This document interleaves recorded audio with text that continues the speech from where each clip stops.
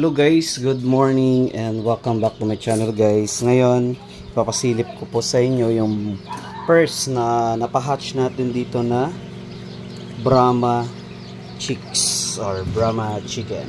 So yung may balahibo sa pa. Okay, so ito guys, Brahma. Ito yung Brahma dito. At ito po yung first na hatch natin ng Brahma chicken. Okay, ito yung puti, light Brahma po yung ating manok. Yan. Yan po guys. Ito po yung weight.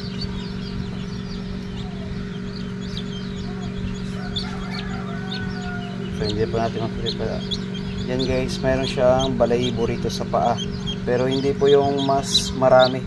Yung unlike sa kanyang nanay na mas marami. Kasi yung tatay niya konti lang din yung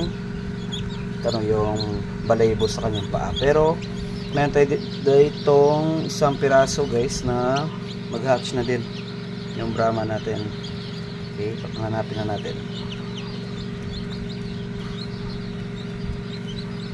So, sana yun.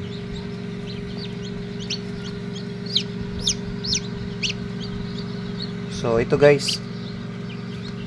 Ito yung isang Brahma natin. Okay. So, mag-hatch na din. Okay. Brahma ba to? Yun, nag-burn out pa. Ay. Yun, nag-ilaw ulit. Oh, burn out ulit. Okay, so nag-ilaw ulit. So, ganito yung ilaw dito guys, yung power. Okay. Ito yung mas mahirap dito sa part ng kapag ganito, nag-incubate ka tapos nag-black out. Tapos babalik yung power kasi una-una masira yung ating thermostat dito. Okay, po yung isa, hanapin pa natin yung isa rito. Nag-hatch dito na Brahma. Isa lumumpat.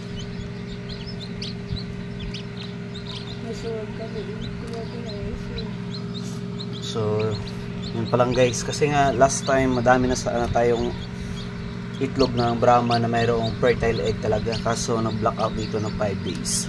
So ito lang muna yung first natin na papisa na Brahma chicken.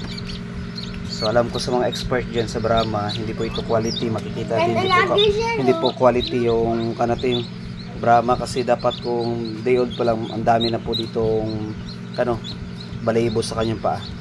Pero nakadepende din guys, kasi minsan nung binili ko kasi yung sisyo na Brahma na yun guys, kaunti rin yung balahibo. Pero ngayon yung